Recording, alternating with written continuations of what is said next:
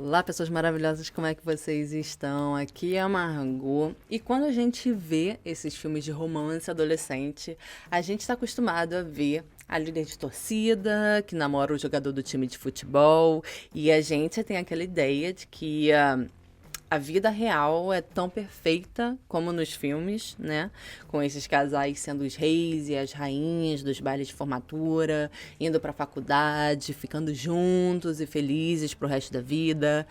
Mas, infelizmente, na maioria das vezes, não é isso que acontece e, em alguns casos, o final da história acaba sendo bem trágico. Mas, antes de começar, o caso de hoje, eu preciso pedir o quê? Para você se inscrever no canal, porque isso é muito importante para mim, porque significa que vocês estão gostando do conteúdo que eu estou fazendo e que eu estou indo no caminho certo. Então, muito, muito obrigada para quem já é inscrito e para quem está se inscrevendo agora. Espero que você esteja se inscrevendo aí. E se você está ouvindo esse episódio, também clica aí para seguir o canal na plataforma de áudio que você está usando.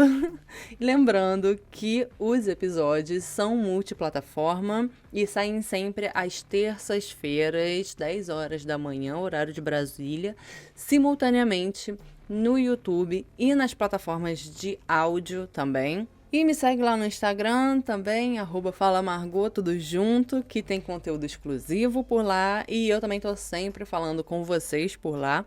E se você está no YouTube, também quero pedir o quê? O seu like, porque ele me ajuda muito, muito, muito na divulgação. E se você não gostar do episódio, não tem problema, porque você pode sempre mudar para um dislike no final do vídeo. Não tem problema nenhum. Acho que sem mais delongas, né? Porque eu já falei bastante.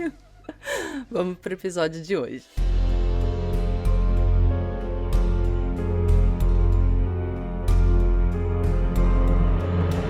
Bom, de um lado da história nós temos o William Riley Gall, que eu vou chamar aqui só de Riley, porque era assim que ele era conhecido. Ele era um garoto muito popular na escola, jogador do time de futebol americano da Central High School, em Knoxville, no Tennessee. Ele era muito ativo na igreja da cidade, ele era um ótimo menino, com muitos amigos. Ele tinha uma namorada já na escola que ele tinha prometido que levaria pro baile. Ele tirava ótimas notas, ou seja, ele era a personalização de tudo aquilo que a gente vê nos filmes e nas séries americanas. Do outro lado, nós temos a Emma Jane Walker, que era 2 anos mais nova do que o Riley. Ela nasceu lá em Knoxville mesmo, em 20 de março de 2000. A Emma era uma menina muito, muito querida por todo mundo. Ela era muito doce, muito engraçada, adorava dançar. O sonho da Emma era ser enfermeira neonatal. Ela participava de várias obras de caridade na cidade. Ela fazia trabalhos voluntários no canil da cidade.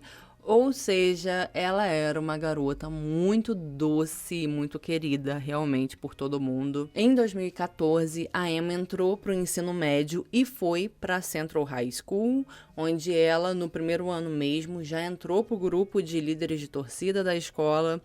Várias meninas tinham feito os testes, mas ela foi a única do primeiro ano que conseguiu entrar para o grupo. E foi aí que ela conheceu o Riley. Então a Emma tinha 14 anos e o Riley tinha 16 anos nessa época. A Emma ficou super interessada no Riley e o Riley também ficou super interessado na Emma. E como o time de futebol e o grupo de líderes de torcida estavam sempre ali juntos, foi só uma questão de tempo, né, até eles se aproximarem e acabarem se apaixonando. Então, o Riley terminou com a namorada dele e começou a namorar a Emma. Então, tipo, eles passaram a ser aquela imagem que a gente vê nos filmes de romance adolescente.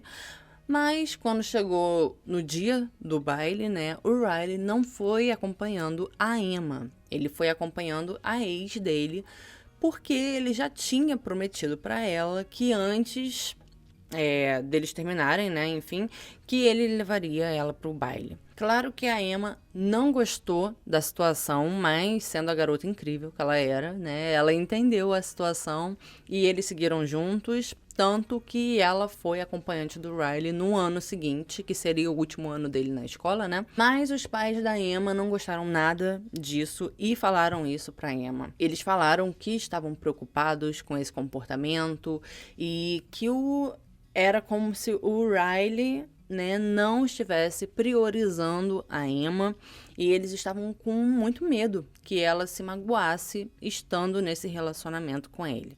Bom, a preocupação dos pais da Emma começou a se provar justificada porque alguns meses depois que eles começaram a namorar, eles começaram a brigar. E brigavam muito. Eles terminavam e voltavam o tempo todo. A Emma era uma menina muito responsável e muito independente, e talvez esse fosse o motivo das brigas deles, né? Deles brigarem tanto. E isso porque, de acordo com os amigos do Riley e dos amigos da Emma, o Riley não queria se enturmar com os amigos da Emma, e depois de um tempo ele começou a não querer que ela mesma tivesse contato com os amigos dela. E o Riley começou até mesmo a querer controlar o que a Emma vestia. E ele ficava irritado se ela usasse alguma roupa que ele não aprovasse. Se a Emma saísse com os amigos, ele ficava ligando e mandando mensagem o tempo todo para ela. Chegou até o ponto de a Emma ir pro trabalho lá no canil e ele ficar lá esperando a hora dela sair para ir para casa. Depois de um dos términos deles, ele mandou mensagens ameaçando a Emma de morte e até mesmo ameaçando a se matar se ela não voltasse com ele. E assim, como a maioria dos relacionamentos abusivos, isso se tornou um ciclo, né? Virou um vício ali. Então eles brigavam, terminavam, faziam as pazes, tudo ficava bem, e aí começavam a brigar, terminar, fazer as pazes, e por aí vai, e isso durou uns 2 anos. Os pais da Emma queriam que ela terminasse de vez a relação e até mesmo chegaram a proibir que a Emma falasse com o Riley, mas sendo adolescentes, claro que eles acharam um jeito de burlar isso.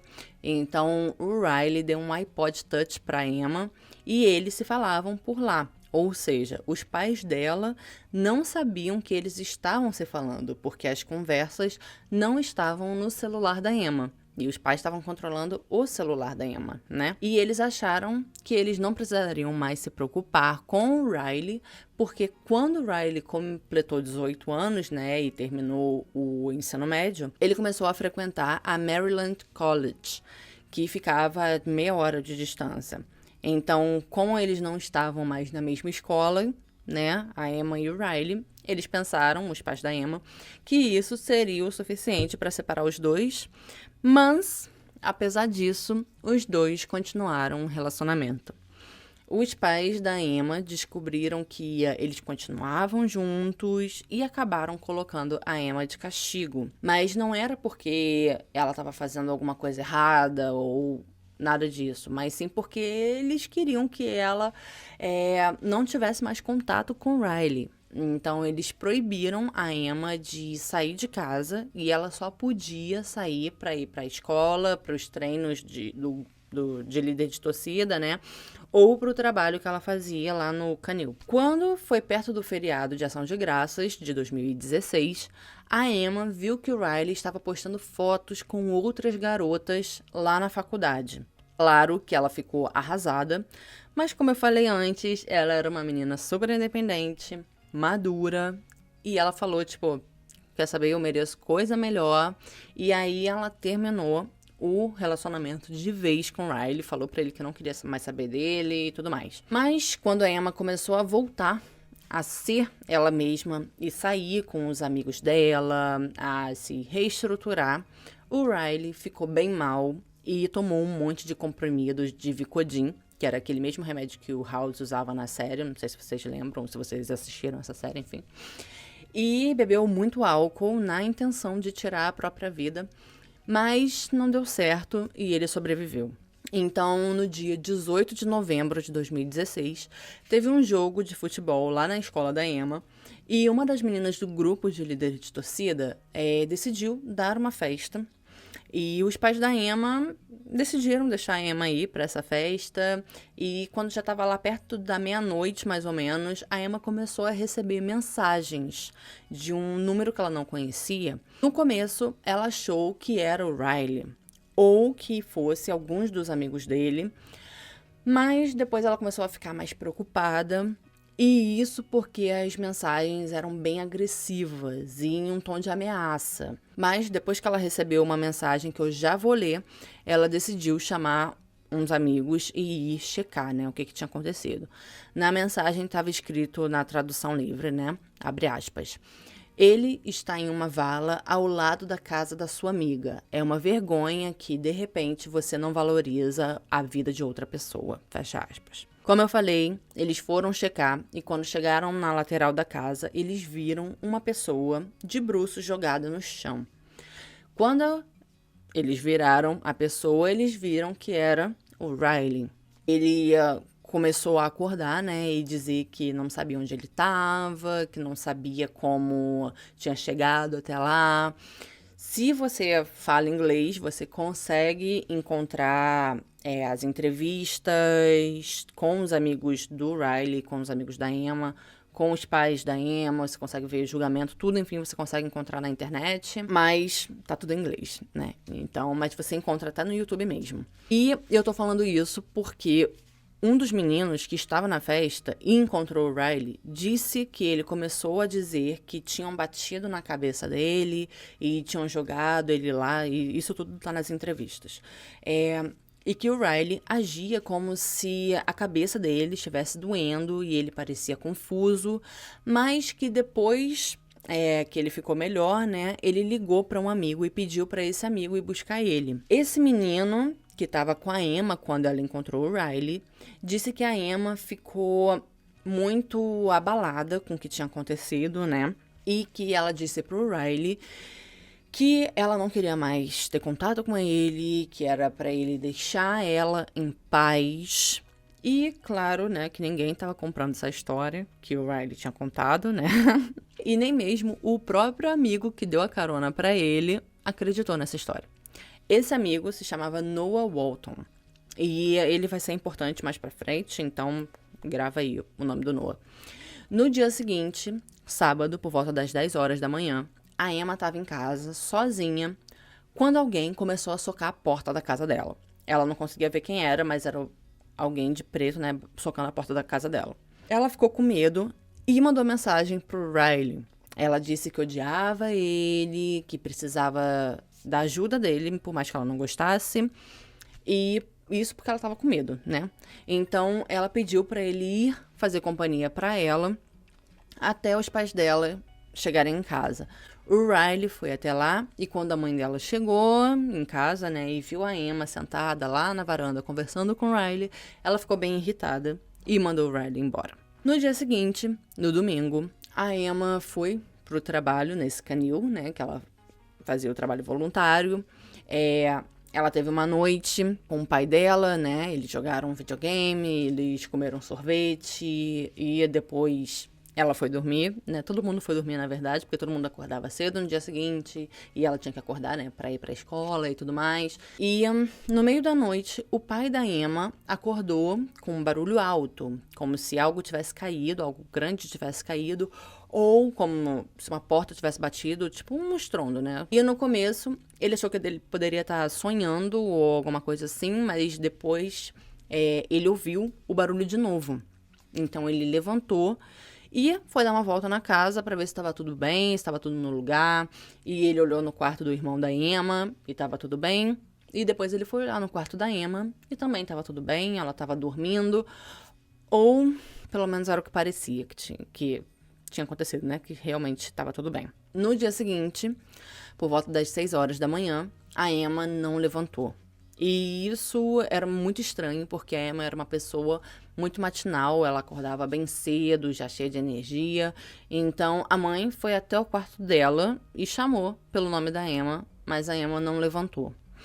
A mãe, então, chegou mais perto da cama e ela percebeu que a Emma estava fria e os dedos dela já estavam até roxos, assim. E aí foi quando ela percebeu que a Emma não estava respirando e ligou para a emergência. Logo no começo, se achou que a Emma estivesse passando mal, né? Ou que a Emma tivesse passado mal durante a noite, ou que ela tivesse tirado a própria vida mesmo. Mas, quando os policiais chegaram na cena, eles encontraram 2 buracos na parede do quarto dela. E eram buracos muito pequenos, mas ficou bem claro que eram buracos de bala. Alguém tinha atirado da rua em direção à cama da Emma. Para saber onde a cama dela ficava, né, a pessoa precisava conhecer a casa. Então era alguém que já tinha estado lá. Quando ficou claro que tinha sido um assassinato, os investigadores começaram a entrevistar os amigos da Emma para saber se eles sabiam de alguém que pudesse machucar a Emma ou se ela tinha brigado com alguém ou tido algum problema com alguém recentemente. E o nome do Riley sempre aparecia.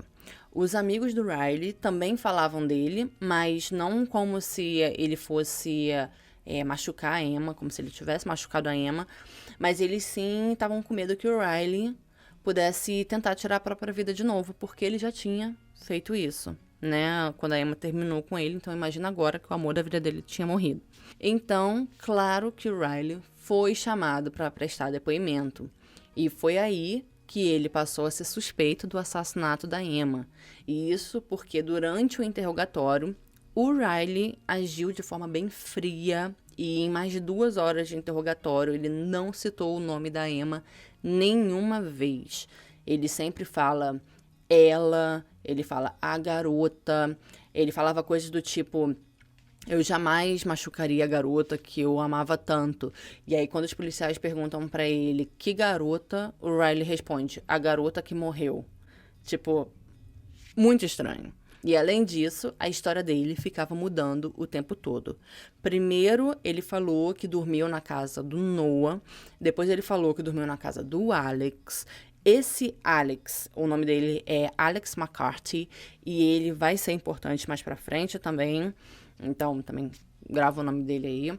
Depois ele falou que dormiu na casa do padrasto. Depois ele falou que dormiu no dormitório da faculdade, né? E quando os policiais pressionavam, ele dizia que não se lembrava direito porque ele estava muito abalado com tudo que tinha acontecido, né? E tudo que estava acontecendo com o fim do relacionamento dele com a Emma, com ele sendo atacado, né?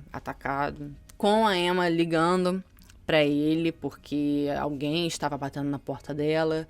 E, assim, até daria para acreditar nisso se ele tivesse sendo interrogado muito tempo depois da morte da Emma. Mas não era o caso, né? Ele estava falando que ele não se lembrava onde ele tinha dormido uns 2 dias atrás. 2 dias atrás. Então, tipo, ficava muito difícil de engolir o que ele estava falando, né? Mas eles não tinham nada para prender o Riley naquele momento. Então, eles tiveram que deixar o Riley embora. Depois disso, claro que os investigadores quiseram falar com o Noah e com o Alex. Porque o Riley tinha dito que tinha estado com ele. Mas eles disseram que o Riley não tinha dormido na casa de nenhum dos dois. Além disso, o Alex disse que o Riley tinha mostrado uma arma que ele tinha pego na casa do avô. O Alex disse que o Riley tinha dito que essa arma era para proteção porque ele tinha sido atacado alguns dias antes, então ele não queria que isso acontecesse de novo. O Noah também disse para a polícia que o Riley tinha perguntado para ele se ele sabia como tirar digitais de uma arma. Depois, o Riley disse que o colega de quarto da faculdade dele tinha perguntado isso e ele estava querendo ajudar o colega de quarto. Os policiais perguntaram para o Riley sobre essa história, né, da arma, e ele falou que não sabia do que os meninos estavam falando, né, e que ele não tinha arma nenhuma e que ele não entendia por que os amigos dele falaram isso pra polícia. Depois ele ligou pros meninos e pediu pra eles irem até a polícia e retirar o depoimento que eles tinham dado, porque não era justo ele ser acusado de um crime que ele não tinha cometido. O Noah até chegou a falar pro Riley, né? Tipo, se você é inocente, não tem por que você mentir, vá pra polícia e conta, entrega a arma pra eles verem que não foi a arma que matou a Emma, né? Enfim. E depois dessa atitude do Riley, é claro que os meninos começaram a acreditar que ele realmente fosse a pessoa responsável pela morte da Emma. Então os meninos foram até a polícia e contaram o que tinha acontecido, que o Riley tinha falado para eles irem na polícia de novo, para retirar o depoimento deles, enfim. E eles começaram a trabalhar com a polícia. Então, vamos tirar aqui um minuto para parabenizar a atitude desses 2 adolescentes que tiveram a coragem de fazer a coisa certa, né? Bom, os meninos marcaram de encontrar com o Riley pra ver televisão, jogar videogame, enfim, né? Superar a morte da Emma. Mas quando os 3 se encontraram, os meninos estavam usando microfones. E eles tinham colocado uma câmera escondida em um chaveiro, no chaveiro de um deles. E eles colocaram essa câmera virada pro Riley. Claro que o Riley não sabia de nada disso, né? Ele não sabia que ele estava sendo gravado. E o Riley ficava repetindo que ele não tinha nada a ver com a morte da Emma. Então, no decorrer da noite, né, os meninos falaram que ajudariam o Riley a se livrar da arma, porque realmente não era justo ele ser condenado por um crime que ele não tinha cometido. A Emma foi morta do dia 20 para o dia 21, e isso estava acontecendo no dia 23. Ou seja, foi realmente muito rápido. As coisas aconteceram muito rápido. Então, os 3 meninos, né, eles entraram nesse carro e foram até a casa do padrasto do Riley. Pegaram a arma que ele tinha escondido lá. Foram até um drive-thru para comprar lanche. Depois foram até o Rio Tennessee, que era onde o Riley pretendia se livrar da arma. E durante todo esse trajeto, os policiais tinham policiais disfarçados, né, acompanhando os meninos. Então, tudo que eles estavam fazendo. Quando o Riley começou a colocar as luvas para pegar a arma, os policiais abordaram o carro e mandaram os meninos saírem com as mãos para cima. E todas essas coisas que fazem para prender uma pessoa, né? O Noah e o Alex já sabiam que isso iria acontecer, então eles não se assustaram muito, mas foi uma grande surpresa pro Riley, né? Junto com a arma, eles também encontraram uma muda de roupa preta, que era a roupa que o Riley tinha usado na noite que ele matou a Emma, e provavelmente ele também tinha usado essa roupa quando ele ficou socando a porta da Emma. Lógico que ficou muito claro que o Riley estava por trás das mensagens que a Emma estava recebendo, né? Que ela tinha recebido naquele dia. O Riley que tinha batido na porta da Emma também. E que o ataque que ele tinha sofrido, né? Era tudo mentira. E tudo isso tinha sido uma manobra dele para fazer com que a Emma se aproximasse dele, como se ele fosse o salvador da pátria. Sempre que ela precisasse, ele estaria lá. E isso vai ser usado depois na defesa dele durante o julgamento. Como eu falei, o Riley foi preso e acusado de homicídio em primeiro grau, e o julgamento dele só foi acontecer em maio de 2018. Por incrível que pareça, a defesa dele confirmou que ele tinha sim atirado na casa da Emma, né? Mas eles falaram que ele não tinha a intenção de matar a Emma, que ele só queria assustar a Emma para que assim ela voltasse para ele. O advogado do Riley disse que o Riley não sabia que as balas poderiam atravessar a parede da casa. Por outro lado, a acusação disse que isso não fazia o menor sentido porque ele atirou na direção da cama da Emma. Então, se ele quisesse só assustar a Emma mesmo, ele teria atirado para o chão, teria atirado para cima, mas não. Eles alegaram que sim, o Riley queria pelo menos machucar a Emma, ferir a Emma, né, com os tiros. O julgamento durou cerca de 1 semana e a sentença só foi dada em 8 de maio, né, de 2018. O Riley foi considerado culpado de homicídio em primeiro grau e condenado à prisão perpétua, com direito a condicional só depois de 51 anos de prisão. E como ele já tinha 20 anos, né, quando ele foi julgado, condenado, isso significa que ele só vai ter a possibilidade de sair quando ele tiver mais de 70 anos de idade. Depois que ele recebeu a sentença, ele pediu desculpas para os pais, né, da Emma, e disse que não queria tirar a Emma da vida deles e que não tinha um dia que passasse que ele não pensasse na Emma. Esse foi o episódio de hoje e esse é o segundo episódio que eu trago com relacionamentos abusivos, né? Segundo episódio seguido que eu trago. Na semana passada eu falei das gêmeas Duval, que era um tipo diferente de relacionamento, mas que era tão tóxico quanto esse, ou mais até. E o que a gente percebe nesses casos é que não importa o tipo de relacionamento, nada bom pode sair de uma relação abusiva. Esse é o intuito do canal, né? A gente conhecer esses casos para que a gente possa aprender com eles e, se possível, nos tornarmos mais atentos para situações que possam apresentar algum tipo de perigo, tanto para a gente, mas para as pessoas próximas da gente também. Então, se você está vendo que seu amigo ou sua amiga, algum parente, seu vizinho, está em um relacionamento que não é legal, conversa com essa pessoa. Ou se você acha que essa pessoa que está sendo abusiva, conversa com ela também.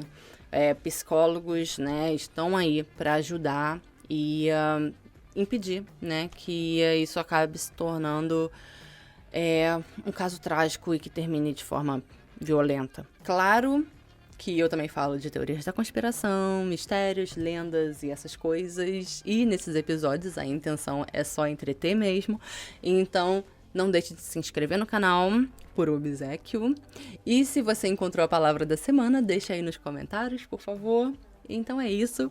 Um beijo e eu vejo vocês no próximo episódio.